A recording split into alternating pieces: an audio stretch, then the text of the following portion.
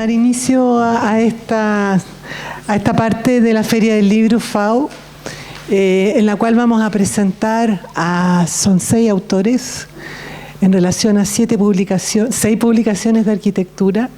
Yo voy a estar de moderadora. Cada uno de los exponentes va a tener 7 minutos para darnos a conocer en el fondo cuáles son como las trastiendas de sus publicaciones, y también tener la posibilidad de tener preguntas por parte del público. Vamos a empezar por la casa. No deberíamos empezar por la casa, pero vamos a empezar por la casa. Vamos a empezar con Natalia Jorquera, que ella es arquitecta de la Universidad de Chile y doctora en Tecnología de la Arquitectura en la línea de recuperación del patrimonio por la Universidad de Florencia, Italia. Es profesora asociada del Departamento de Arquitectura de nuestra Casa de Estudio y también de la Universidad de La Serena, y directora de Arquitica, oficina y consultora de arquitectura y patrimonio. Natalia ha dedicado toda su carrera al rescate del patrimonio arquitectónico, restaurando y rehabilitando edificios y realizando cuantiosas investigaciones formales al respecto, a partir de lo cual ha escrito numerosos artículos y varios libros.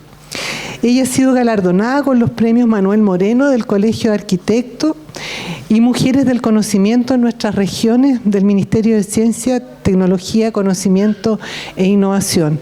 Es una de las académicas más prolíficas de nuestro departamento. Su libro, el cual se llama Inventario del Patrimonio Cultural Inmueble de la Región de Antofagasta, es el resultado de una consultoría llevada a cabo por un equipo interdisciplinario de profesionales para el Ministerio de Obras Públicas. Este libro, recientemente publicado en abril de este año, nos entrega información acerca de 550 inmuebles seleccionados de las 8 comunas de la región de Antofagasta, que comprenden, además de edificios con valor patrimonial, áreas y conjuntos urbanos y rurales, sitios arqueológicos, restos de infraestructuras industriales, huellas en el desierto, terrazas de cultivo, arte rupestre, hasta ejemplos de arquitectura moderna y sitios de memoria presentes en la región, todo lo cual da cuenta de la riqueza y diversidad del patrimonio de Antofagasta, así como de su vasta cronología que abarca desde el período prehispánico hasta décadas recientes. Organizado en 4 tomos, el primero de ellos nos entrega una serie de capítulos de contextualización acerca de las características del territorio, la evolución histórica, arqueológica, arquitectónica y constructiva de la región, la protección normativa, así como la metodología para el registro y análisis del patrimonio. Los restantes 3 tomos dan a conocer las fichas de registro de áreas e inmuebles de los 550 casos, ordenados por provincias y comunas. Los libros se encuentran disponibles gratis para su descarga en el link repositorios.dirplan.mop.gov.cl dedicado a los libros de Natalia. Te dejamos, Natalia, conversarnos respecto de tus publicaciones. Bueno, buenas tardes a todas y todos. Muchas gracias por la invitación. Gracias, Gabriela, por la presentación. Bueno, lo que yo le voy a presentar en realidad es un trabajo colectivo de muchos autores que está recién salido del horno de la imprenta. De hecho, aún no se ha hecho el lanzamiento oficial. Y bueno, como Gabriela explicó, esto es resultado de una consultoría hecha para el Ministerio de Obras Públicas, que es un inventario del patrimonio inmueble de la región de Antofagasta. Primero que nada quiero comentar que el Ministerio de Obras Públicas hizo un inventario similar en 1999, ¿ya? Pero era necesario actualizarlo porque en estas décadas el concepto de patrimonio se ha ampliado muchísimo y por lo tanto era necesario incluir más categorías y más inmuebles. Y aprovecho de decir que yo estoy en esta mesa que está dedicada a la arquitectura contemporánea, porque el patrimonio también forma parte de nuestras ciudades contemporáneas, de nuestros hábitats, igual convivimos con él, ¿no? A pesar de que sean vestigios de otras épocas. Dale, o por aquí, ya, espérate. Veamos si funciona. Sí, funciona, ya. Bueno, entonces, como decía, esta fue una iniciativa de la Dirección de Arquitectura del Ministerio de Obras Públicas. A través de una licitación pública nos adjudicamos esta consultoría, que duró 2 años, acaba de terminar, partió en mayo del 2023 y terminó ahora en abril del 2025 a través de una unión temporal de proveedores con Arquitica, que es mi oficina, y con la Fundación Territorios Patrimoniales. Y como decía, bueno, lo estoy presentando yo como representante legal también de esta unión temporal de proveedores y como académica de acá, pero es un trabajo colectivo, Participamos 16 profesionales, todos especialistas en patrimonio, dentro de los cuales 5 arquitectos y el resto, como ven, hay 2 historiadores, una arqueóloga, un antropólogo, un cineasta, y esto da cuenta de una aproximación al patrimonio mucho más holística de lo que fue hace algunas décadas. De hecho, el inventario de 1999 lo hicieron un equipo solo de arquitectos y ahora esto fue más multidisciplinar. Y también como comentó Gabriela, el resultado de estos son 4 tomos. Perdón, quería dar un dato importante. Se imprimieron 1.200 ejemplares, distribuidos la mitad en la región de Antofagasta, la mitad acá en Santiago. La idea es que el Ministerio de Obras Públicas distribuya estos 1.200 ejemplares de forma gratuita a todas las entidades públicas, bibliotecas, otras instituciones gubernamentales. Hay una distribución gratuita online. Cuando termine la presentación voy a dejar el link. Y en total son 1.423 páginas de estudio con 6,5 kilos de libro, ¿ya? De hecho, acá en mis manos yo tengo el tomo 1, que es bastante pesado. Y ahora sí, les muestro un poco la estructura. Este tomo 1, que es el que tengo en mis manos, es el que, digamos, es más libro propiamente tal. Este contiene todos los capítulos de contextualización territorial, de historia de la arquitectura, ¿ya? Y los otros 3 tomos son las fichas del inventario propiamente tal, que se dividen en áreas, urbanos y rurales e inmuebles. Aquí está el índice de este tomo 1, que como contaba es el que tiene más de libro respecto a los otros. Habla también, por ejemplo, de las líneas temáticas que se desprenden de este inventario, ¿ya? Uno a partir de este inventario puede hacer rutas, la ruta de la salitrera, las rutas de, el patrimonio moderno, por ejemplo, ¿ya? Y algo muy importante que fue, digamos, lo que nos llevó más trabajo en este inventario fue ampliar el concepto de inmueble, porque el encargo que nos hizo el Ministerio de Obras Públicas fue catastrar el patrimonio inmueble, no solo el protegido por la ley de monumentos o por los planes reguladores, sino que nosotros como equipo multidisciplinar teníamos que definir lo que consideramos patrimonio inmueble. Y como dice en esta introducción que yo escribí, aquí en la región de Antofagasta, algo muy bonito es que el concepto de inmueble adquiere numerosas formas y trasciende al edificio, ¿ya? Y adquiere formas de áreas y conjuntos urbanos y rurales, sitios arqueológicos, restos de infraestructuras industriales, por ejemplo, muchos rieles de trenes, tornamesas, cintas transportadoras, huellas en el desierto, ¿ya? Terrazas, pintura rupestre, en el fondo todo eso también es inmueble y forma parte de nuestro hábitat construido, ¿ya? Y todo eso no estaba incluido en el inventario de 1999, que se limitaba más bien a los edificios, ¿ya? Y eso hizo entonces que este inventario tenga como el 80% más de inmuebles respecto a al anterior inventario. Y aquí mostrarles muy rápidamente algunos de estos nuevos patrimonios que no aparecían en el inventario de 1999, donde destaco un gran número de inmuebles y conjuntos representantes del movimiento moderno, que fue un hallazgo. Hay arquitectura moderna de muy buena calidad en la región de Antofagasta. Uno de esos es el conjunto habitacional edificio Huanchaca, que además se encuentra en muy buen estado de conservación, habitado, con muchas actividades colectivas. Entonces, muy interesante, y no estaba, como decía, incluido en el inventario anterior. Y después también estas otras arquitecturas llenas, ¿cierto?, que colman el desierto, que están abandonadas, pero que en este caso, además de ser una ex oficina salitrera, en este contexto de este patrimonio también relevamos su valor como sitio de memoria, ya como lugar de detención de prisioneros políticos, y esa fue otra categoría que nosotros incorporamos en este inventario. Ya es la categoría más reciente de sitios de memoria, que tampoco estaban en el inventario anterior. Y una categoría muy distinta que nos costó bastante como pelearlo un poco para estar incluida dentro de este inventario con el MOB como concepto de inmueble fue el arte rupestre, donde les quería mostrar esta maravilla. Estas son las pinturas rupestres en el sector de Taira, en el Alto Loa, que para los arqueólogos es la Capilla Sixtina del arte rupestre, y está en Chile y está en Antofagasta, y muy poco la conocemos. Y es increíble, de verdad, ¿ya? Y esto está ahí porque esto era un alero construido, o sea, aquí habitaban personas, y esto es la manifestación de eso. Entonces, con esos 3 casos simplemente quise mostrarles como la diversidad de este patrimonio que, como les decía, trasciende al edificio. Bueno, y dentro de los capítulos es el que concierne más a la arquitectura propiamente tal. Lo escribimos con otros 2 colegas, con un doctor en historia y una doctora en arqueología, que es el capítulo de la evolución arqueológica, histórica y constructiva de la región. Esto fue fruto como de una gran investigación. Nos costó bastante limitarnos al número de palabras que nos dio el ministerio, porque de verdad encontramos mucha información que yo creo que es inédita y espero que sea un aporte para todos. Con eso logramos hacer una línea también de la historia de la arquitectura de la región de Antofagasta en comparación con la arquitectura nacional y con el contexto internacional.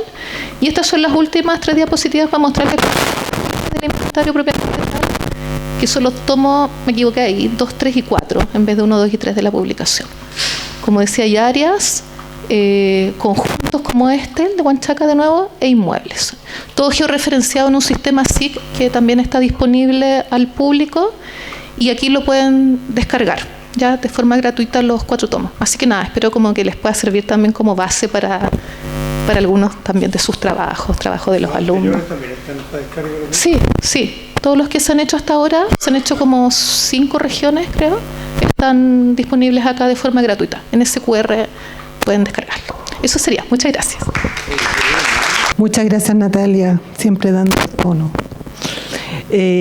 Vamos a seguir para después hacer una puesta en común. Vamos a seguir con Pablo Lavea Chondó, es arquitecto graduado de la Universidad Católica de Chile en 1975.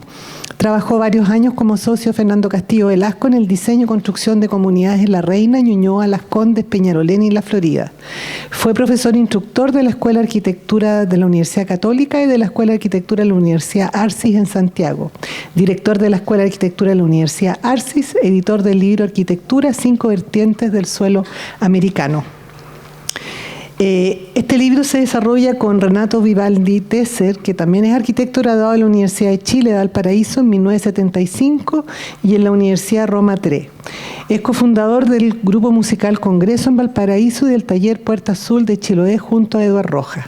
Fue profesor de la Universidad Arcis y coeditor del libro Arquitectura, 5 vertientes del suelo americano.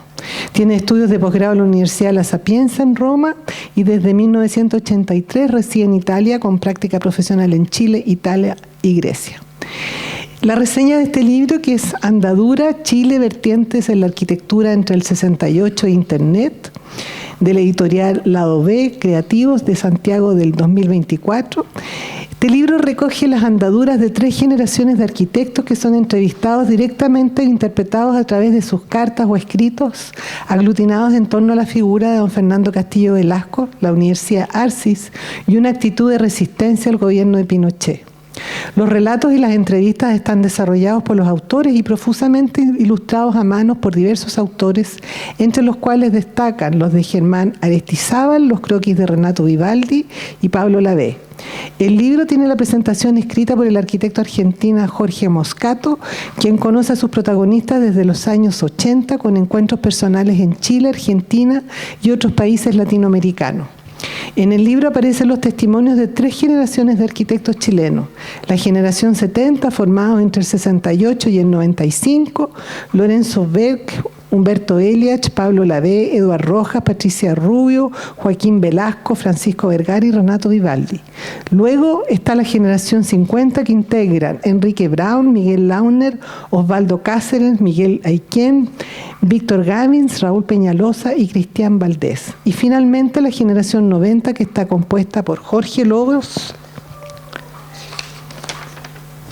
y Rubén Muñoz, Cecilia Puga, Tamara Rams y la Casú Segers. Le damos entonces el espacio a Pablo para que presente el libro.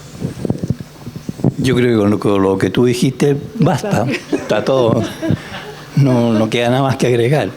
Bueno, muchas gracias a todos por estar aquí, por la invitación. Y yo esperaba un auditorio con estudiantes. ¿Qué pasó? ¿No fue convocado? Los míos están. Bueno. Entonces voy a hacer una síntesis de la parte histórica, porque yo suponía que esa parte histórica muchos no lo conocían.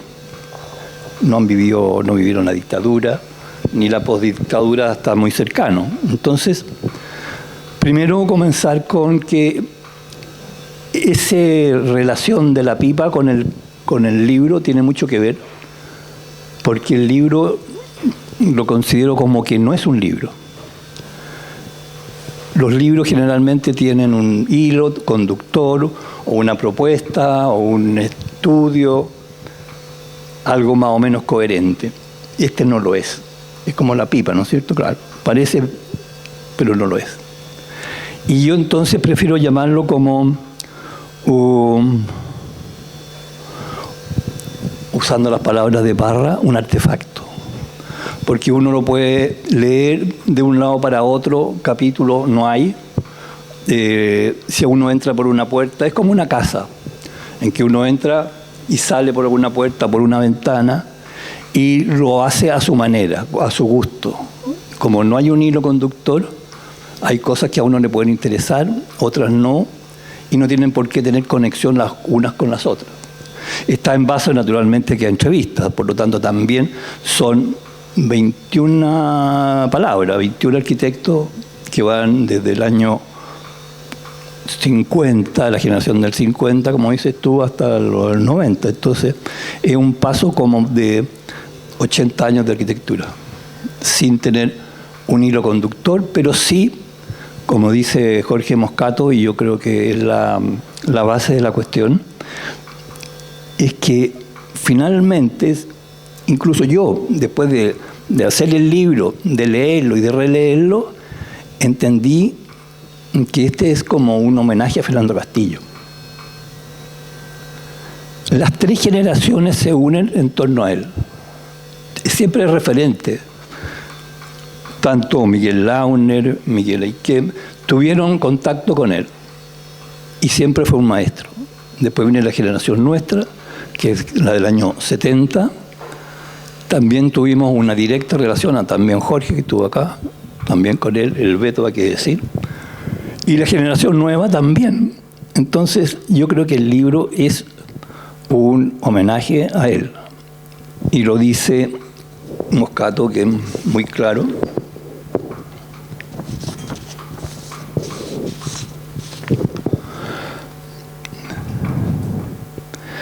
Es difícil suponer que de historias personales pueda vislumbrarse un final común.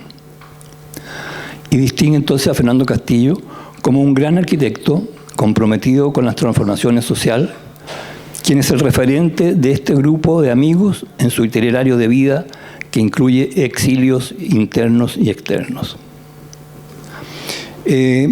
Fundamentalmente es eso, ¿no? El mecanismo fue a través de las preguntas. La pregunta que nos hicimos originalmente fue: ¿por qué has hecho lo que has hecho en arquitectura? Fue una discusión con Renato Vivaldi en su taller de Roma, y esa conversación se prolongó y sacamos 12 preguntas y se las mandamos a muchos amigos de las distintas generaciones, pero principalmente de las nuestras. Y ahí nació todo, porque respondieron, después se produjo una conversación con ellos, después se amplía el panorama para convidar a los anteriores y después a los posteriores, y ya con todo este bagaje de eran hojas y hojas y hojas y no sabíamos qué hacer con ellos. Finalmente fue Jorge el que nos dio la línea y nos dijo: este es un libro de Fernando Castillo. Entonces, no es más que eso. Y lo que queda del libro, no sé, pues hay que leerlo y cada uno sacará sus conclusiones. Como dije, es un artefacto que se permite muchas lecturas y está ahí. Desgraciadamente hicimos muy pocos ejemplares y ya no quedan para repartir, ni para vender, ni para regalar.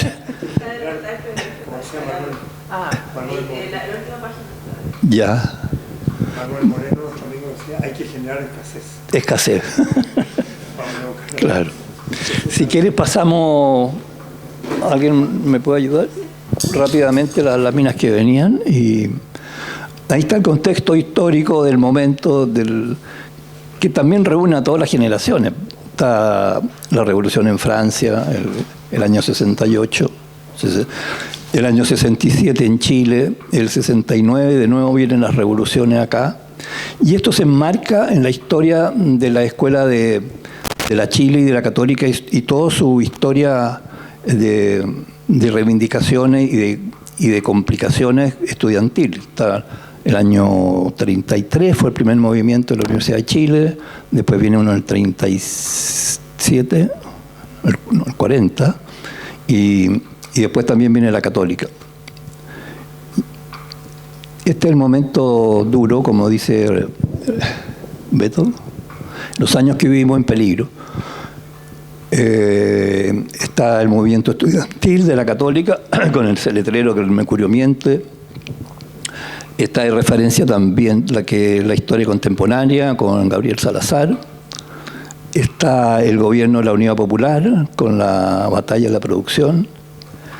Está ahí un dibujo muy divertido del reto, porque eran las comunidades y las comunidades tenían gran estudio de los estudiantes porque estaban proponiendo una nueva vida.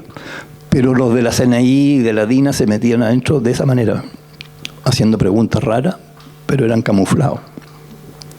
Y esta es la segunda comunidad que fue ganó un premio en una bienal, fueron las 4 casas entre medianeros.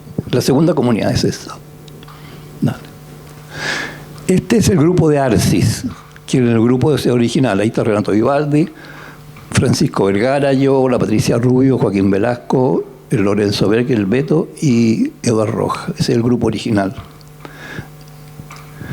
Y esto es nuestra filosofía en la universidad, era la ignorancia. Creamos la Escuela de Arquitectura desde la más profunda ignorancia. Y la verdad, ¿no? Éramos ignorantes porque no éramos profesores académicos, veníamos de la profesión.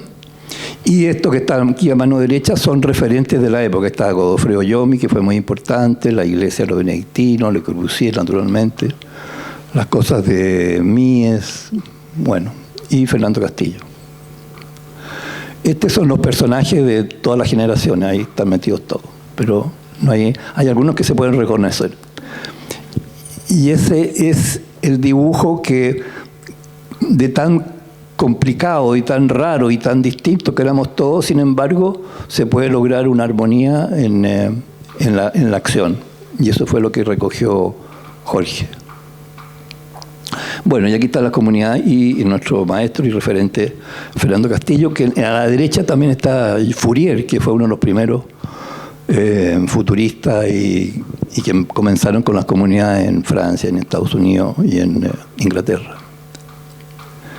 Y ahí está la opinión que nos dio José Ramón Moreno. Después de leer el libro nos mandó esta carta que también creo que sintetiza el sentido del libro. Y eso es lo que tú dices, Flor, para poder copiarlo, ¿no? Sí.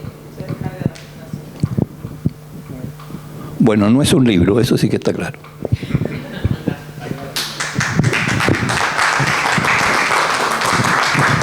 Muchas gracias, Pablo. Vamos a seguir con Jorge Figueroa. Es arquitecto graduado en la Universidad de Chile en 1978. Desde muy joven mantuvo su oficina profesional en Santiago.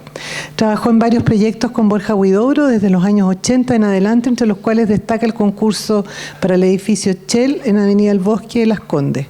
Ha sido profesor de la Escuela de Arquitectura en la Universidad de Chile, en la Universidad del Desarrollo, en Concepción y en otras universidades. Ha dictado conferencias en diversos países. Su obra ha sido reconocida con múltiples premios y ha sido publicada extensamente tanto en Chile como en el extranjero.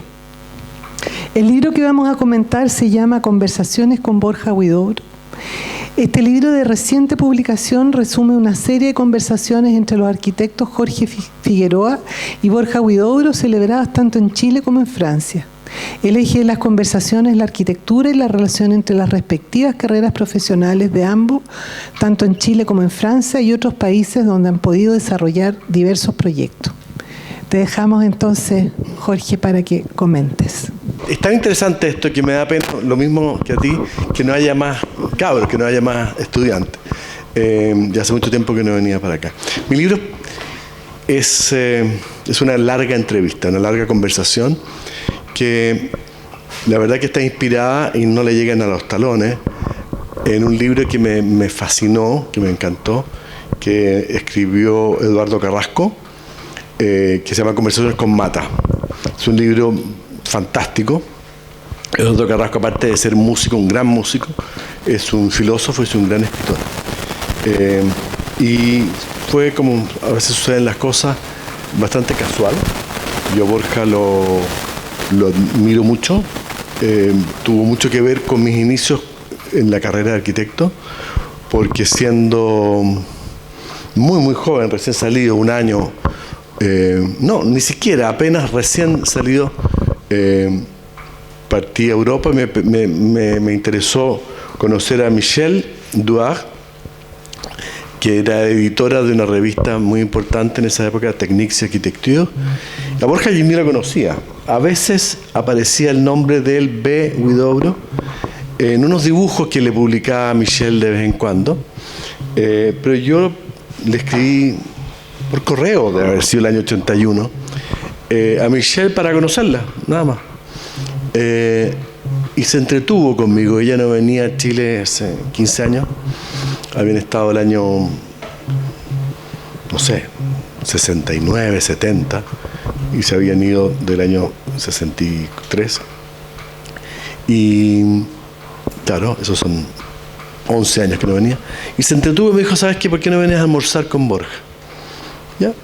Y ahí empezó una amistad que se transformó después en una invitación que yo le hice a Borja para participar en el concurso La Shell, año 83, el país absolutamente en ruinas, no había nada, y ese concurso se empezó a conversar de él en el encuentro de Caburga, que a mí me invitaron, era el más joven, me invitaron, todavía no me explico por qué, y lo pasé fantástico en estos prohombres de la arquitectura, que algunos de ellos tú nombras, en Caburga, que organizó principalmente el Beto y Manuel Moreno.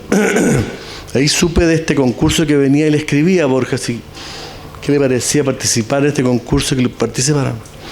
Y ahí generamos una amistad más profunda, y llegó un día en que me llamó por teléfono a la casa y me dijo, vente a París, porque vamos a ganar este concurso, pero tienes que venirte.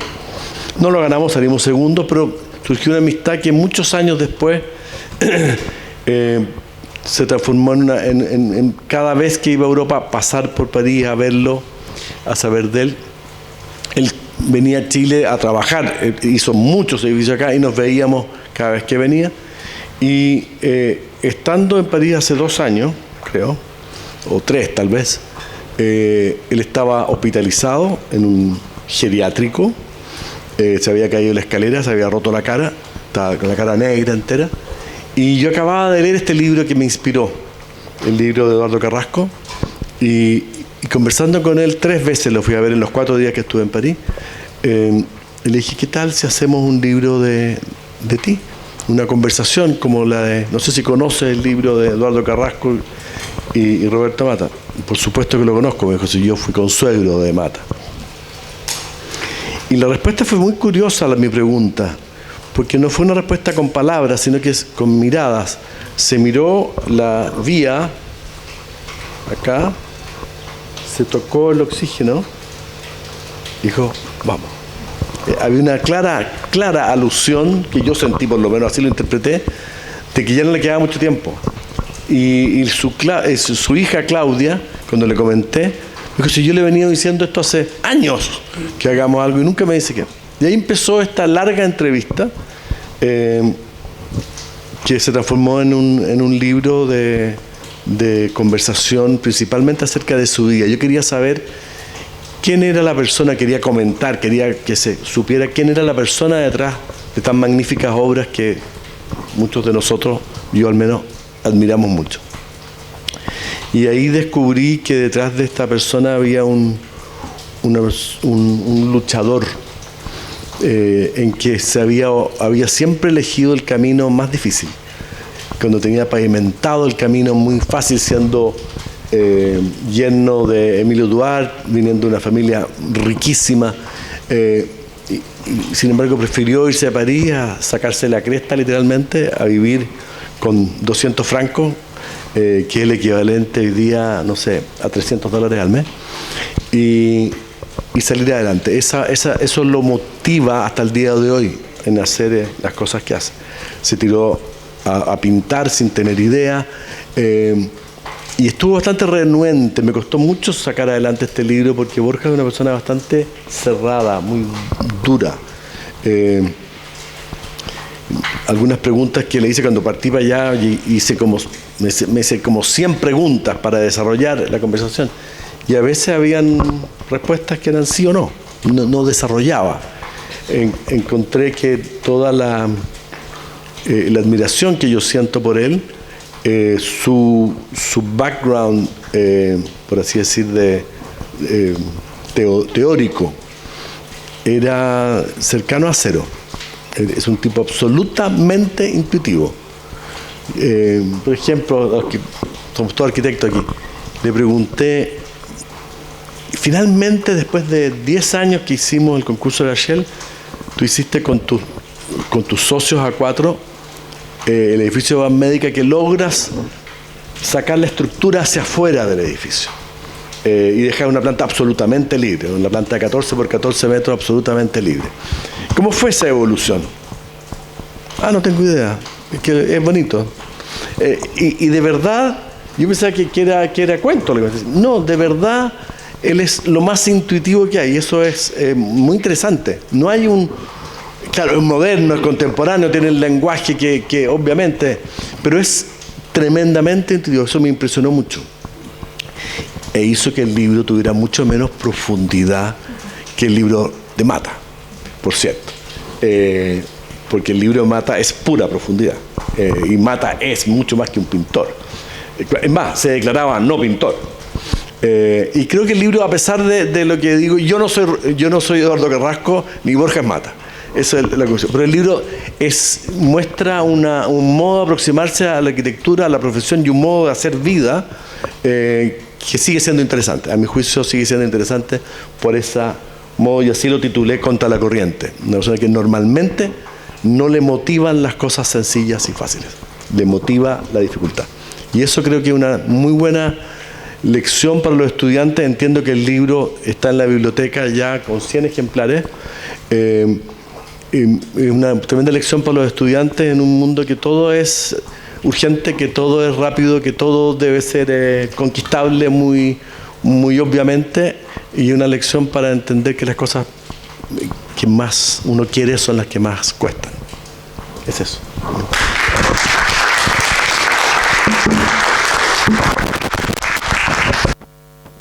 Muchas gracias, Jorge. Se regala este libro. Fue en parte financiado por el Fondo Nacional de Cultura y por la empresa de MK, una empresa de elementos de terminación para los arquitectos, y los que se interesen lo piden por mail y se los van a mandar.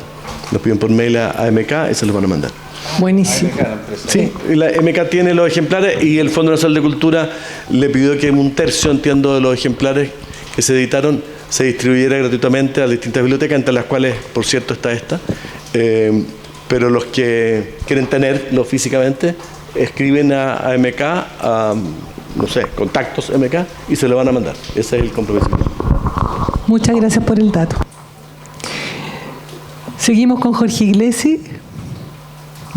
Voy a ser un poco más breve porque la casa es arquitecto graduado de la Universidad de Chile en el 78, trabajó varios años como socio de Leopoldo Prat en el diseño de arquitectura de carácter público, generalmente ganados en licitaciones o concursos públicos. Entre otros se destacan los proyectos de la Municipalidad de Antofagasta, de Vitacura, estaciones de metro, el aeropuerto Concepción, la torre telefónica.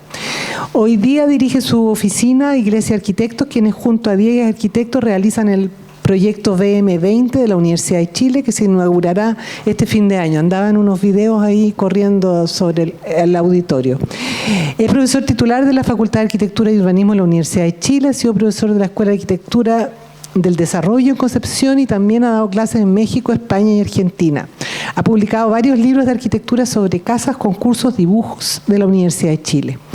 Ahora nos presenta Chile Singular, Apuntes de Viaje, que este libro se suma a otros de su mismo autor que recogen sus viajes arquitectónicos por el mundo a través de croquis a mano alzada.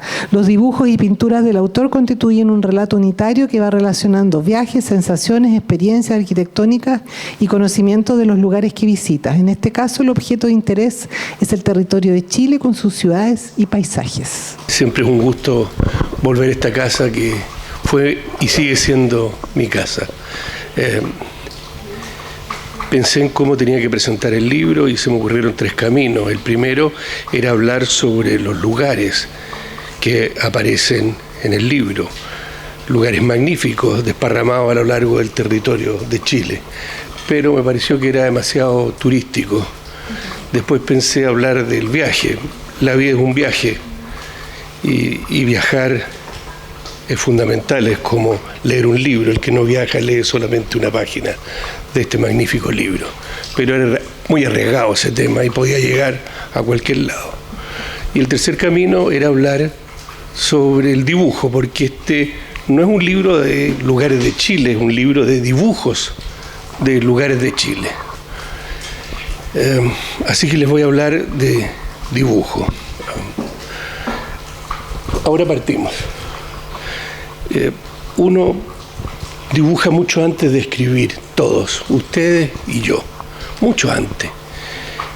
Y tristemente dejamos de hacerlo cuando ya entramos a la adolescencia, cuando perdemos la inocencia y este desenfado de rayar con colores sin ningún miedo, cuando nos damos cuenta que ya no lo hacemos tan bien como soñamos y nos da vergüenza, abandonamos esta carrera de artistas insignes. Hay algunos desfachatados que mantenemos este gusto toda la vida y lo seguimos haciendo, porque dibujar es descubrir, es una manera de mirar, de perseguir ideas, de encontrar el mundo. Para los arquitectos el dibujo es un camino, es una forma de entender y encontrar la arquitectura, de hacerla y de entenderla. Yo entré a la Facultad de Arquitectura amparado en la creencia que sabía dibujar más o menos bien. Y aprendí 2 cosas apenas entré. Primero, que no sabía nada de dibujo. Y segundo, que para dibujar, primero hay que aprender a mirar. Porque quien dibuja selecciona, piensa, se detiene. Tiene que decidir qué dibujar y qué no dibujar, porque es tan importante lo que se dibuja como lo que no se dibuja. Por eso cuando entramos todos, nos devolvieron a la calle y nos enviaron a dibujar, a entender, a mirar, a observar. Y a través del dibujo hicimos nuestros proyectos de taller, los análisis en historia, entendimos los modelos de estructuras y como nuestra facultad, parte de una universidad nacional con un compromiso social y presencia en el territorio, nos mandaron a hacer trabajos por todo Chile. Primero nos recorrimos Santiago, pero después fuimos a los cerros de Valparaíso y después partimos al sur, a Chao y a Curaco de Vélez, a dibujar la lluvia, o al estrecho de Magallanes, a Porvenir, a dibujar el viento. Nos fuimos al desierto a dibujar la sombra y hicimos proyectos en todos estos lugares. Pero cuando nos titulamos, nos fuimos todos detrás de todos estos edificios y ciudades que habíamos estudiado en los libros, no en Internet, no existía en Internet. Y obviamente partimos detrás de la América precolombina, de las ciudades verticales de Estados Unidos, de las plazas y las catedrales de piedra en Europa. Nos fuimos al lejano oriente a dibujar el secreto de las ciudades japonesas, la magia de las ciudades en el desierto, de sombra y arena. Llenamos todos los cuadernos con esas imágenes. Los arquitectos siempre mostramos dibujos donde está la Torre Eiffel, la Catedral de San Marco con las proas negras de las góndolas en el primer plano. Y nos olvidamos de lo que habíamos dibujado cuando partimos. Pero terminaron esos viajes y esas peregrinaciones. Se hicieron exposiciones, se hicieron publicaciones, aparecieron los libros. Y más de 50 años después, yo decidí volver sobre estos dibujos. Volví al comienzo de todos los viajes y volví a dibujarlos. Hay que irse lejos por mucho tiempo para volver con una mirada diferente y darse cuenta que nada ha cambiado y que es uno el que ha cambiado. Los viajes no solo nos llevan a lugares reales, sino nos llevan a una búsqueda interior. Quien quiere conocer el mundo y quiere conocerse a sí mismo, tiene que viajar. El camino revela siempre la enseñanza. Este libro recoge un montón de dibujos de 7 u 8 ciudades singulares, lugares muy especiales dentro de nuestro territorio que nos muestran algo de nuestro carácter y nuestra identidad. Eso es lo que viene a contar este puñado de dibujos. Cansa ver en los viajes, afuera o acá, a los turistas o viajeros siempre mirando a través de la pantalla del celular, rápidos, urgidos, haciéndose una selfie, cuando el celular devuelve exactamente lo que uno ve a través de la pantalla. No hay una síntesis, no hay un análisis, no hay un recoger aquellas cosas que realmente importan. Esa es la gracia que tiene poder detenerse, sentarse y dibujar. Significa ver más, ver mejor y, a mi juicio, ver más lejos. Libros como este, en el fondo, son una invitación a los estudiantes y a los jóvenes arquitectos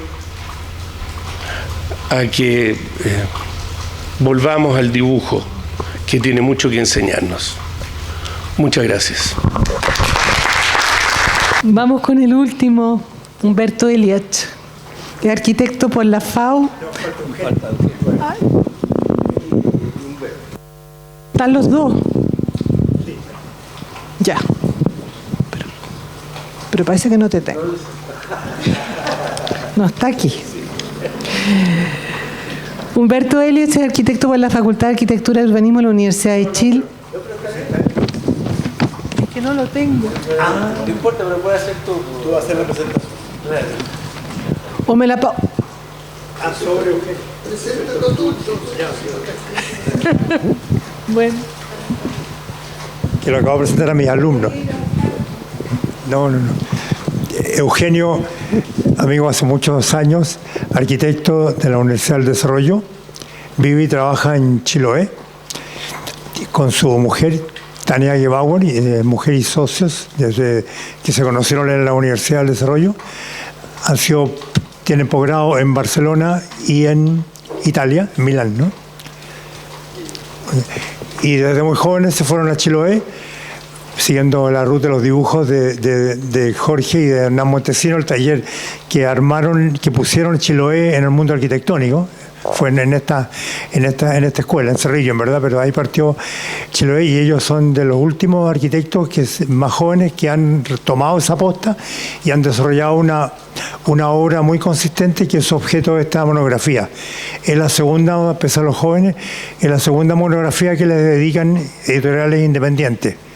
Una de la Universidad del Desarrollo y la segunda de esta editorial italiana de Milán que le dedica esta monografía que nos va a presentar su trabajo y este libro que es del año hace un año y medio hacia atrás y que está disponible además él va a contar cómo se puede adquirir.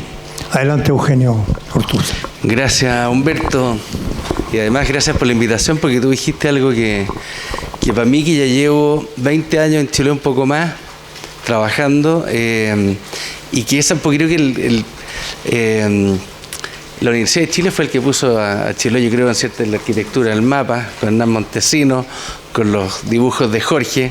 Todavía tengo fotocopiada porque era muy difícil comprar los libros.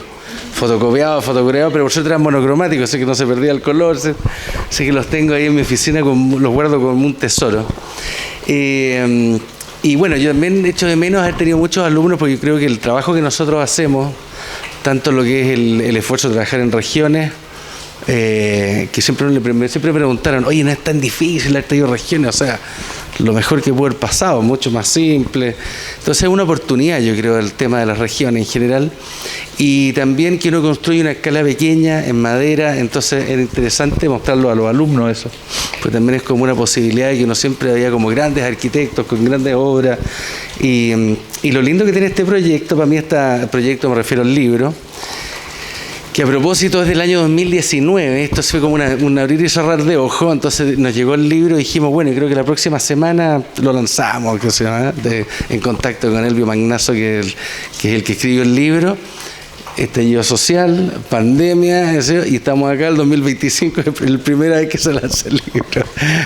Bueno, por lo mismo hay muchas obras que no están, pero estamos muy agradecidos de esta invitación y el trabajo que hizo Libria, que es esta editorial italiana. Es una monografía exclusiva de nuestro trabajo y se puede comprar a través de la página y también por Amazon, para el que se interese. Esta es la página de la línea About. Nosotros éramos la tercera, Ortúzar Gebauer, y después siguió, a la fecha ya han sacado todos los libros que vienen ahí, que me parece que en total son 12, está Alberto Campos Baeza, Vector Architects, entre otros. Y es este formato, un libro pequeño de 12 por 21, pero tiene una cosa que es interesante, creo yo, a mi juicio. Bueno, esta es una descripción porque el libro no es escrito por nosotros. Nosotros suministramos, ¿cierto?, lo que es el material, fotos, planimetría, que ahí está lo interesante, que es como el libro un poco más a la antigua. Los alumnos hoy en día no ven planos, como que ven fotos nomás, internet. Es raro tomar una monografía con buena planimetría, con fotos más arquitectónicas y por una curatoría, ¿cierto? Y él los definía también, que es como un poco el relato que nosotros tenemos, esta dimensión clara, alejada de la sofisticación, en una estrecha comunicación con la naturaleza, en donde la madera es la que batalla en una situación de tradición y también de un clima y una geografía agreste. Esas son fotos del libro. Todas las fotos que saqué no saqué ninguna con los planos, ahora me di cuenta, pero se puede entender un poco la dinámica que tiene el libro. Ahora de lo que presentó, claro, ya que voy a contar un poco, y por eso repito lo de los alumnos, porque también uno, para poder hacer arquitectura, siempre empieza a tomar ciertos principios que uno como que lo batallan. Uno es el lugar, esta es la isla de Chiloé, con esta suerte de mar interior, que es donde se pobla, y que esto es lo que finalmente a nosotros nos gatilló una cosa como difícil de descifrar, porque cuando te enfrentas a un territorio donde está el mar amalgamado con la tierra, y donde esa gente es la que le da ese motor, es la que uno le da una motivación mucho más allá, que no es la motivación que uno ve en la escuela. Por eso recalco que para mí la importancia de estar acá, porque en los libros de Hernán Montesinos, lo que hacían con Jorge Iglesias y otros, también con Lorenzo Berg, en fin, hablan de este patrimonio, donde la madera es el material único, con una ductibilidad y con una sencillez y a la mano increíble. Y esto, por ejemplo, una de las primeras obras que hacíamos, en donde con 2 secciones de materiales levantábamos casa en cualquier lugar, que entrara una vez el camión, y con eso hacíamos toda una casa y el resto se cortaban los palos. Nos permitió abrirnos camino como jóvenes arquitectos, y entendiendo que finalmente este material tan dúctil también tiene un ciclo de vida. Quizás de las pocas cosas que me lamento como arquitecto es que en 20 años más no sé si va a haber una obra de nosotros en pie, pero finalmente es la voluntad eso. Bueno, nuestro equipo es muy simple, pero ahí está el ejercicio de armar la obra, y que también lo detalla mucho en el libro Elvio, que en el fondo nosotros trabajamos directamente con los carpinteros. Ahí tenemos a un lado lo que llamamos nosotros la dinastía Calisto. ¿Ustedes construyen? Sí, nosotros todas las obras nuestras las construimos, o sea, no todas, pero gran parte de ellas. Y la oficina, que somos 4, ahí está Tania con Sara, y lo que decía yo, la dinastía Calisto, que son abuelos, padres, nietos, todo, y que todo el diseño lo hacemos con ellos. Vemos la capacidad hasta dónde pueden llegar y hasta ahí elaboramos el diseño. Y hasta ahí puede llegar nuestra sofisticación, que es conocer a cada uno de los viejos o de las personas que participan, y según esas capacidades nosotros nos vamos al papel. Hacemos como el ejercicio inverso a lo que uno aprendió en la arquitectura.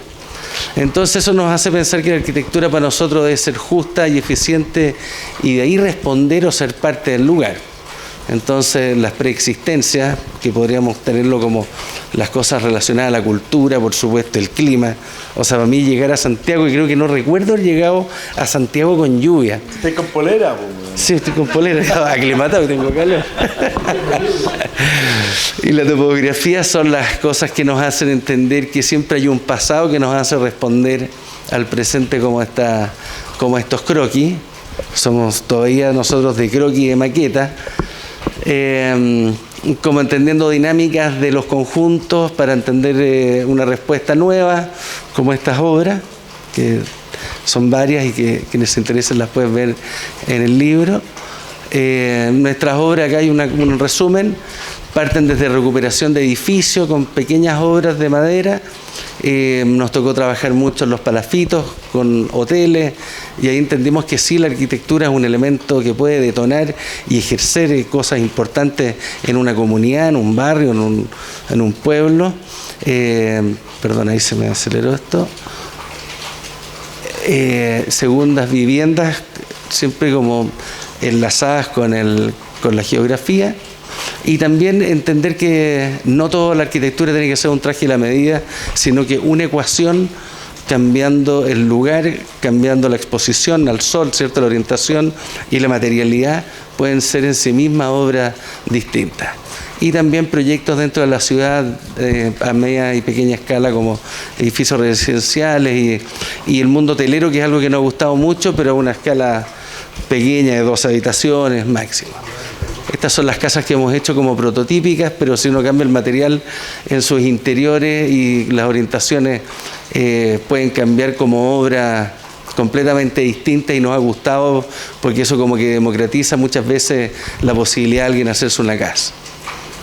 Hay unas con latas oxidadas, casitas pequeñas como esta que hacemos, pequeños hoteles, en donde la luz siempre es el elemento que hace el recorrido, en armonía o al menos en común unión con la madera, y en otros momentos, situaciones más en la ciudad, como este edificio que fue el último que hicimos. Eso, el resto lo pueden comprar por libre si se motivan y profundizar en eso. Muchas gracias. Beto no necesita presentación, pero sí va a presentar su libro 3 proyectos de vivienda social en La Reina. El año 2000, bajo la administración del alcalde de la comuna de La Reina, Fernando Castillo Velasco, se produce el encargo de estos conjuntos de vivienda social con el apoyo económico e institucional de la Municipalidad de La Reina, la Junta de Andalucía de España y el Ministerio de Vivienda y Urbanismo. Se trata de resolver el problema habitacional de comités de vivienda compuestos principalmente por personas que trabajan en la MUNI y sus hijos estudian en colegios de la comuna, pero que su nivel de ingresos no les alcanza para pagar el valor del suelo y la construcción de esta comuna. El libro muestra 3 iniciativas que quedaron diseñadas, pero solo se alcanzó a construir una por término de la gestión del alcalde. Esta publicación recoge dichos proyectos con el objetivo de documentar un proceso que pueda servir de base para otros estudios, propuestas y modelos de gestión para abordar los problemas de vivienda social que enfrenta la Comuna de Chile y en general. Un desafío para nuestro país que consiste en articular cantidad con calidad y ética con estética.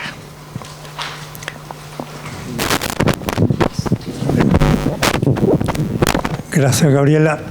El último esfuerzo y el más pequeño de los libros, tiene apenas 30 páginas. En la siguiente se ve la ficha técnica. Ahí está.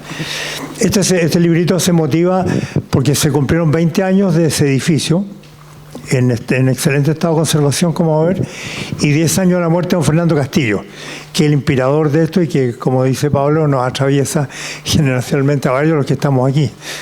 Jorge Figueroa, me acuerdo de tu conversación cuando dijiste que nunca he reprobado a un alumno, ¿te acuerdas? Después la puedes contar. Sí, no, esa es genial, esa conversación. Bueno, nos marcó de distintas maneras don Fernando a muchos que hemos vivido en sus comunidades, que hemos trabajado con él, que hemos sido socios y que hemos leído todo eso, hemos participado en sus campañas políticas o como alcalde o como intendente. Entonces se cumplían el doble aniversario, 10 años de la muerte de él y 20 años del edificio que me lo encargó como apoyo municipal. Con Pablo lo llevamos en el plan regulador y con el DUBI también. Y de ahí sale este encargo de varios temas municipales. Yo me tocó ayudarlo en el tema de la vivienda para comités de vivienda que estaban formados ya en la comuna y que sigue el problema de la vivienda en el sector más vulnerable en la comuna. Nació prácticamente la comuna con ese problema y no se resuelve todavía, no se alcanza a resolver. El libro está en esa página web, casapublica.cl, estaba aquí a la vista. Y se hicieron pocos ejemplares también y estamos pensando ya en una segunda edición y incorporar algún material más. Fueron 3 proyectos que me encargó don Fernando Castillo para comités de vivienda de la comuna organizados, por lo tanto, adelante nomás. Y de los cuales se alcanzaron a ser uno de los. No obstante, el suelo es público, es municipal y siguen ahí. Los otros 2 terrenos siguen siendo municipales y siguen siendo subutilizados. O sea, un tema de gestión.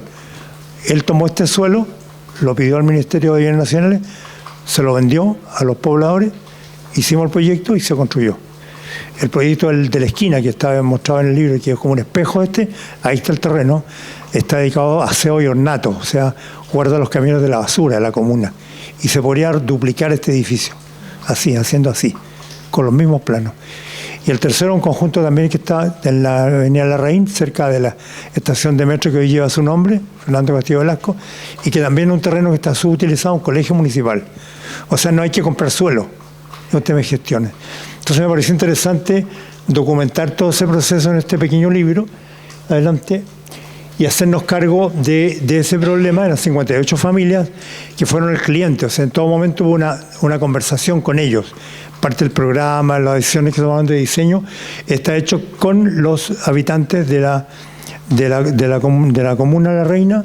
Entre ellos está la Sara Campos, que era dirigente de ese grupo, que organizó el grupo, fue después la gerente del proyecto, y la mano derecha don Fernando Castillo Velasco. Ella vivió en este departamento. Adelante. Ahí están los planos, están en baja resolución, pero en el libro están con mejor resolución. Son 2 tipologías de vivienda, de acuerdo a la composición de las familias, de 2 dormitorios y de 3 dormitorios. Son verdaderas plantas libres, porque toda la carga del edificio está en losas de 16 centímetros que llevan las cargas al perímetro. Los pequeños y los grandes, de manera, cambia el espesor de la losa, de manera tal que no hay vigas intermedias, ni pilares, de manera tal que toda la tabiquería interior se puede cambiar. Y de hecho la han cambiado en el transcurso del tiempo. Ha sufrido muchas transformaciones, pero siempre internas. Y nunca han alterado la apariencia del edificio. Después les explico por qué ese fue un principio. Y lo otro es que tomamos, están en la precordillera de La Reina, en la calle Príncipe Gales, que ahí no cambia nombre, se llama Príncipe Gales, pero se pone paralela a la cordillera, y tomamos el desnivel como un ejercicio para mejorar la accesibilidad de las personas, porque no da el presupuesto para poner ascensores, ¿no? Entonces, usando la experiencia de Valparaíso, se entra por arriba, por la cota superior, y si uno mantiene el nivel, llega al 4º piso al final. Y como tiene un estacionamiento, puede subir uno desde la planta baja hasta arriba con poco, o sea, manteniendo la cota de acceso con muy poco esfuerzo. No obstante lo cual, dejamos previsto en la escalera 2 pozos para futuros ascensores, porque la comunidad se puede organizar. Ellos están muy organizados y podrían poner los ascensores cuando lo estimen, sin romper losas ni muros. Adelante. Y lo que más le temíamos a esto, porque obviamente el estándar de lo que daba el más caro, esto costó 1.000 UF, es el valor que pagaron las familias. con apoyo del Ministerio y su propia capacidad de endeudamiento, porque no era como ahora, que es 100% apoyo estatal. El mayor peligro de que un edificio de bajos recursos es que termine en esto, porque como son programas básicos, ni no hay control, no hay ningún control para la imagen, que es lo que termina deteriorando el edificio, porque no tienen para colgar la ropa, porque no hay capacidad de organizar el tema de la mantención, etcétera. Esto y la siguiente, que era lo que queríamos que no pasara. Esto es el mismo segmento social, y en ambos edificios, que son paisaje común de nuestras ciudades, podría haber agregado los proyectos de Aravena, es el mismo segmento social y el mismo porcentaje de apoyo del Estado. Entonces es un tema de organización y de arquitectura, finalmente. No es solamente un tema de que sean malas personas o que no tengan una aversión por lo estético. Es una reflexión colectiva que ya con Fernando lo veíamos, y Pablo también lo hizo en algunas de las comunidades que él hizo para otro segmento social. Pero el ejercicio teórico era muy parecido al que hace Aravena, sin reconocerle mérito a don Fernando, que era que los crecimientos y los cambios de la vivienda de ciertos segmentos se produjeran hacia adentro, y la imagen externa estuviera salvaguardada por una cuestión material, por una cuestión de proporción, de lleno, vacío, en fin, que se cuidara solo el edificio y no dependiera de la voluntad de quien la utiliza. Entonces, adelante, esta imagen, que es de la inauguración, como hicimos estacionamiento, aunque no nos pedían uno para cada uno, no estaba la vegetación. Hoy día la foto está prácticamente igual, pero con mucha vegetación. Adelante. El edificio es de hormigón a la vista, sin ningún tipo de estuco, es pintura y losa a la vista, y que el otro edificio que hicimos con Pablo Lavé en la calle Simón Bolívar, la misma tecnología, y solamente el color está aplicado en el pasillo central, el que mantiene la cota, que distribuye a los pisos de arriba o hacia abajo. Y ahí utilizamos un poco la idea de que es una calle como de pueblo, ¿no? Donde ahí pueden haber colores y donde se distribuye a las dos escaleras y a los futuros ascensores. Y el pasillo tiene un ancho variable de manera tal que no lo constituye. Es un edificio que está entre doble crujía y una crujía, porque hay departamentos enfrentados, pero con un ángulo que no hace que sea tan cerrado, y entra la luz a todos los pasillos. Adelante. Y esta foto es de ahora, es del año pasado.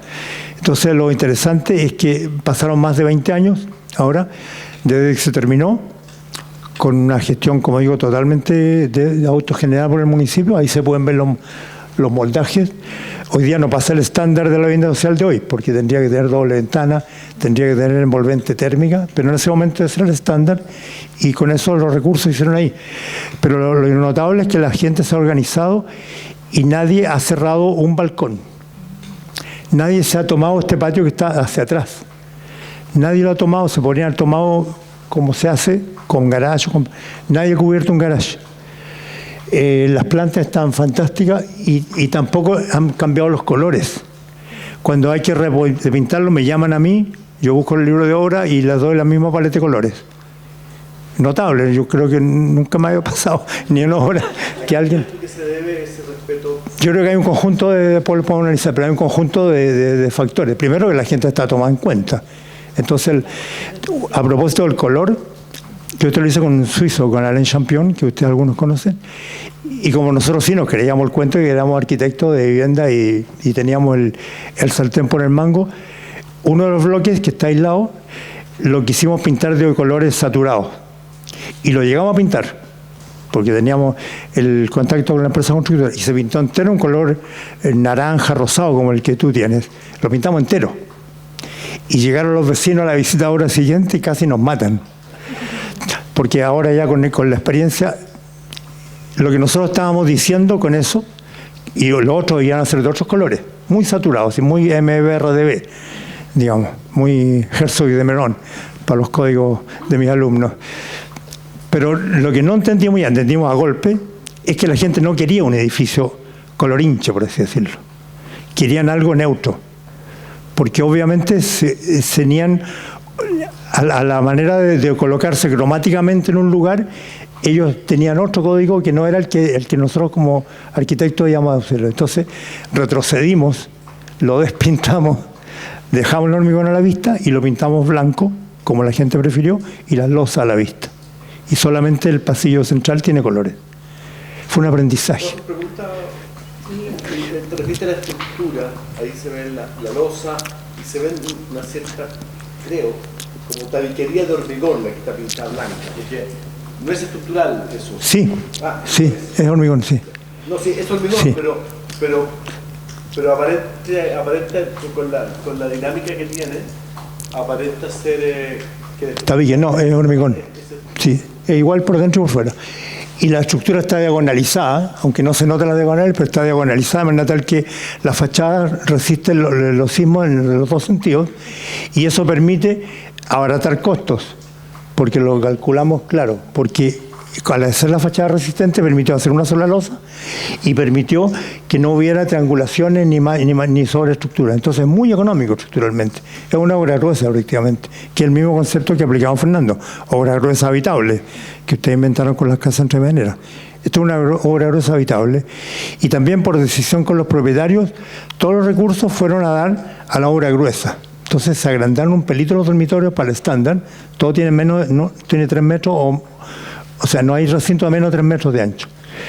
Y sacrificaron las terminaciones, la cerámica, los espejos, las terminaciones, porque eso lo podían hacer con sus propios recursos. Y de hecho, al año, todo Home Center estaba metido adentro, o sea, no lo hicieron ellos. Pero no querían gastar en cerámica o en muebles de cocinas caros. El mueble de cocina era el puro lavaplato con unos palos. Pero después ellos podían endeudarse para eso, pero no se endeudaban ni con el ministerio ni con el banco. Y eso es muy, muy ejemplificador. Bueno, lamentablemente creo que no quedan más. Bueno, ahí están las páginas del libro, están los planos y están los otros proyectos que no se construyeron, que era el mismo concepto. Uno en la calle Larraín, hoy día Fernando Castillo Velasco, y el otro era un espejo de en el terreno que todavía están los camiones de la basura y del aseo de la Reina ahí esperando que alguna gestión alcaldicia de lo de vuelta y se haga otro conjunto. Porque la necesidad sigue existiendo y la comuna de la Reina se sigue gentrificando y se siguen distanciando la posibilidad de estas personas de escasos recursos de la comuna con relación a las personas con más recursos. Que hay un condominio a propósito de los socios de Borja Huidobro, que lo fui a ver porque están sin vender las casas de $1 millón cada una. Por ahí cerca. No se venden. Pero esa gentrificación, para mostrarte que se puede hacer esto y en la misma comuna, a pocas cuadras de esto. Eso. Muchas gracias. Que Humberto me recuerda una anécdota que tuve con Fernando. Fernando toda la vida porque era casado con una prima de mi padre, con la Mónica Echeverría, y siempre estaban en reuniones familiares. Y un día con Cristian Bosa íbamos a hacer un programa para la televisión de entrevistas a arquitectos. Y el programa cero que le íbamos a ofrecer a la productora, fuimos con el camarógrafo, fuimos a la villa, a la Quinta Michita, a entrevistarlo a él, como un programa cero, un programa piloto, que después, por supuesto, no resultó. Y recorriendo la obra con él, su casa, terminamos la conversación, se fue el camarógrafo, nos tomamos un café con Cristian y Fernando, y había una foto de él de profesor. Y le pregunté, ¿cómo era usted como profesor? Ya no estaba haciendo clases en la Católica. Estaba tal vez contigo, yo no sé qué situación académica tenía.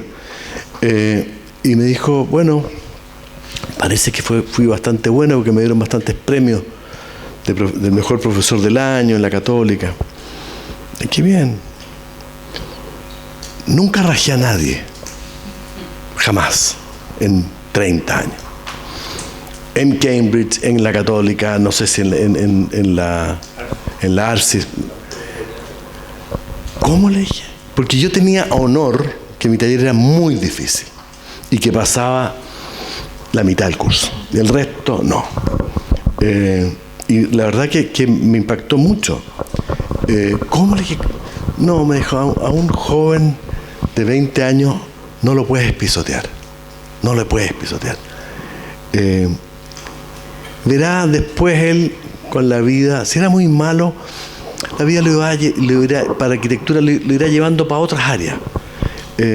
Unos años más arriba que yo estaba en la facultad, Roberto Mata, pésimo estudiante, famoso por lo mal estudiante, y se dedicó a la pintura y mira tú. Contemporáneo mío era Nemesio Antunes, malo para la arquitectura, pero un tremendo pintor, y me empezó a nombrar muchos estudiantes que habían destacado en otras cosas que no necesariamente arquitectura. Y me dijo a un cabro de 20 años, no lo puedes pisotear, verá, déjalo. A los flojos no, a los flojos hay que retarlos, pero luego vencen la flojera, pero hay que dejarlo. Y eso me transformó. Esto era en enero, pleno verano, y en marzo entrábamos con Beto a hacer clases en la Universidad del Desarrollo de Concepción, que me tenían terror. Los alumnos que se inscribían conmigo tiritaban porque iba a pasar la mitad o un tercio. Y ese año llegué pero totalmente transformado por esta conversación con Fernando, que no fue más larga que esto. Y llegué transformado y me transformé en un mucho mejor profesor, tratando de sacar lo mejor de cada uno en su pequeña área que tuviera de destacar, no necesariamente tenía que ser arquitecto. Así que fue una anécdota que me influyó mucho a mí. Y para qué decir a los alumnos de ese año, les encantó. En su aprobación permitía subir a segundo y si no, eran eliminados. Y la teoría era que ese primer año realmente medía a los alumnos y no la prueba de ingreso. Entonces parecía una buena idea, pero se iba a la mitad para afuera. Era muy difícil. Yo era un joven profesor y realmente tenía que cortar a la mitad de los alumnos. Y lo hacía.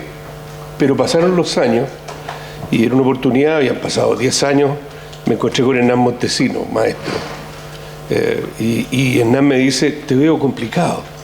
Llegamos fin de año y me toca nuevamente evaluar a los alumnos, le digo. Y parece que me estoy haciendo viejo, porque cada vez me cuesta más. Y él me dice, no te estás haciendo viejo, te estás haciendo más sabio. Me liquidó, ves más cosas. Y déjame contar otra anécdota que no tiene mucho que ver con esto, pero también es de un gran hombre que es Carlos Mijares. Hace unos años atrás estoy en un congreso en México y en la palestra está Carlos Mijares, está Ricardo Legorreta, estaba González de León, y llega el momento de las preguntas en un teatro grande como son las cosas en México.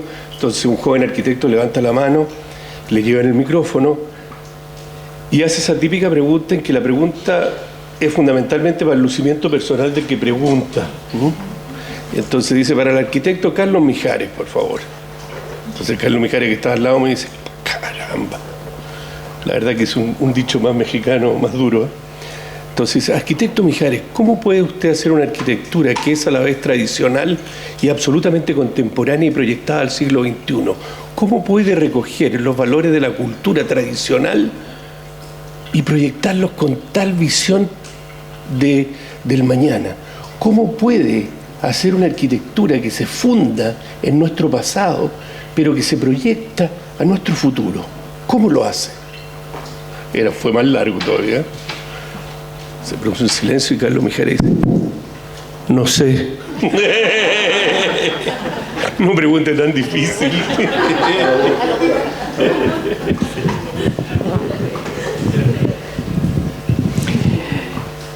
Yo como que hice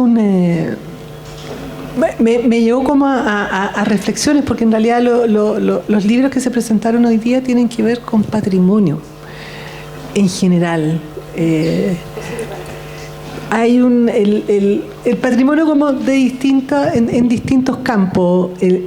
El croquis como patrimonio arquitectónico y como metodología de proyecto, como metodología de observación. La Natalia, que nos habló de patrimonio, de todo lo que ella viene haciendo y recopilando en la región de Antofagasta. Como la figura de don Fernando Castillo y de Borja Huidobro son nuestras figuras como patrimonio arquitectónico. Ya no vivo, pero de alguna manera que han trascendido y que fueron figuras relevantes del siglo XX chileno. cómo Chiloé se transforma también en un lugar patrimonial que informa respecto a la arquitectura, no solamente de una monografía, sino que también de la arquitectura. Y cómo también las metodologías de Beto, de la Natalia y de Jorge, de alguna manera, tienen que ver con maneras de dar a conocer lo que están haciendo, pero a través de la metodología, y cómo dar a conocer esa metodología que se pueda convertir después en un instrumento público. Me pareció interesante también cómo la política, y ahí yo tal vez me veo un poco reflejada en esa generación del 68 a Internet, en que yo empiezo a estudiar arquitectura en los años 80 y que obviamente que Pinochet forma parte, desgraciadamente, de mi cultura arquitectónica de los años 80. Creo que hay una visión que se da, que es una visión generacional también muy fuerte, probablemente por la invitación que Beto hace a los invitados, pero me pareció que fundamentalmente hoy día hablamos de patrimonios, en el amplio sentido de la palabra.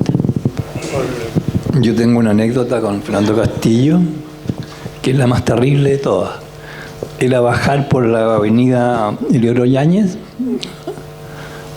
pillando las luces naranjas en auto, porque estaban programadas para cierta velocidad y para cierta secuencia.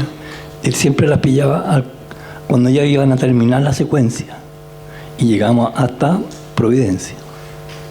Era bien loco, para decirte así. Pero él tenía un centro. Audaz. Era de una audacia tremenda. Y de una perspicacia tremenda. Te pillaba inmediatamente dónde estaba el kit de la cosa. Lo tenía intuitivo. A nosotros, como ayudantes de él, nos dejaba mucha libertad. Hacíamos muchas cosas. Y él incluso lo reconocía. Y decía, ustedes son mucho mejor arquitecto que yo, hagan lo que quieran.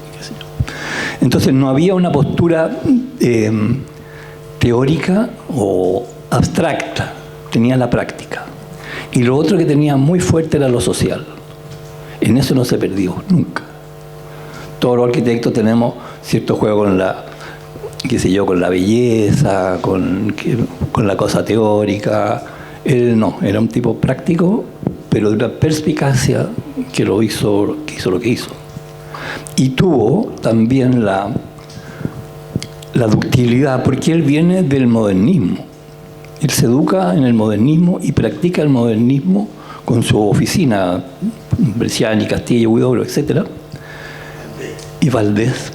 Y la practicó a concho. Y eso sí que había un marco teórico, que era importado. Pero ese grupo de arquitectos de esa época, de esa generación, lo ocupan, y lo ocupan a concho. Y él, por las vueltas de la vida, porque es intendente, porque es alcalde, porque viaja, etcétera, etcétera, a los 70 y tantos años se sacó el sombrero del modernismo y siguió siendo él en su manera de pensar, pero yo creo que nunca teorizó nada.